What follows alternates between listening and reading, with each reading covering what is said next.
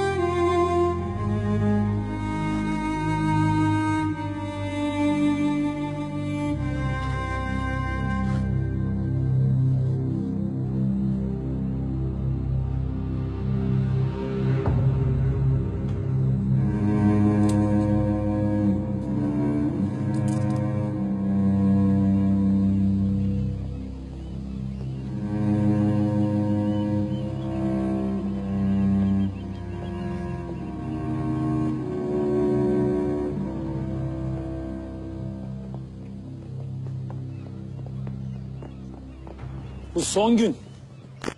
Gökyüzüne iyi bak. Allah milletimize zeval vermesin. Menderes. Gördün mü? Nereden nereye?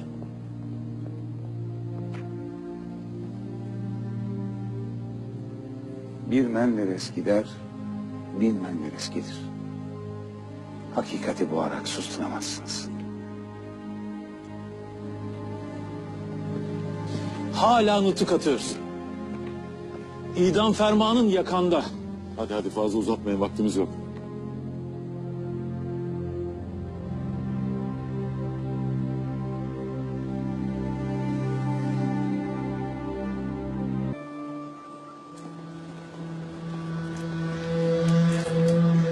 Niye oradan çekiyorsun?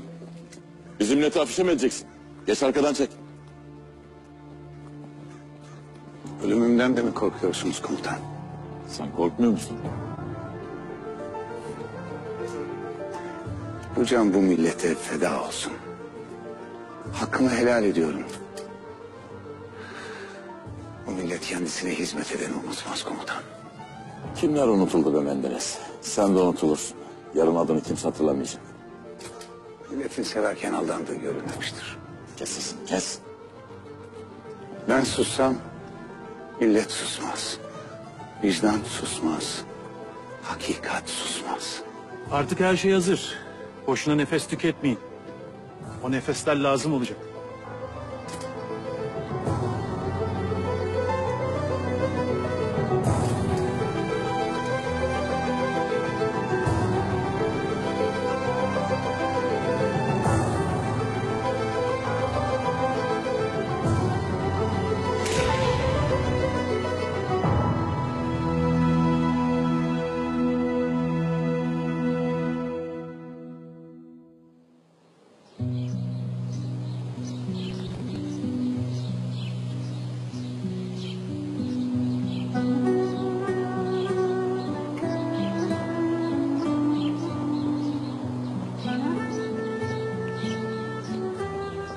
Adnan Menderes.